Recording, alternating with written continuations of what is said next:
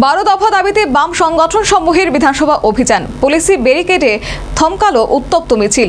ADC ভোটের আগে রাজধানী আগরতলায় বামেদের শক্তি প্রদর্শন।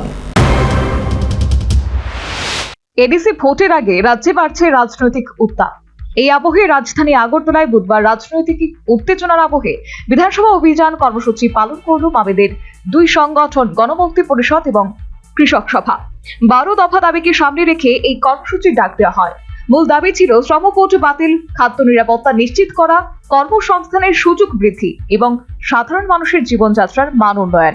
এদিন সকাল থেকে বিভিন্ন প্রান্ত থেকে বামপন্থী সংগঠনের নেতা কর্মী সমর্থকরা আগরতলায় জড়ো হন। রবীন্দ্র ভবনের সামনে থেকে শুরু হয় মিছিল। স্লোগানে মুখর হয়ে বিধানসভা ভবনের দিকে অগ্রসর হয় আন্দোলনকারীরা।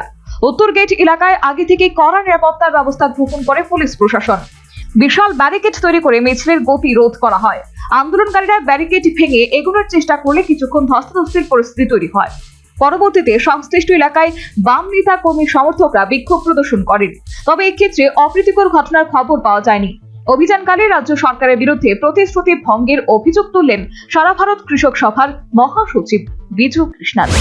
हमारे किसानों का बीज का अधिकार है, इसको खत्म करने का, कॉर्पोरेट मुनाफा बढ़ाने के लिए लेबर कोड जो मजदूर वर्ग का हर हक को छीनता है, ये सभी मुद्दों को लेके आप सभी जानते हैं बीजेपी, विप्लव देव और केंद्र के जो प्रधानमंत्री और अमित शाह जैसे लोग यहाँ आके 7th पे कमीशन को लागू करने का बात था।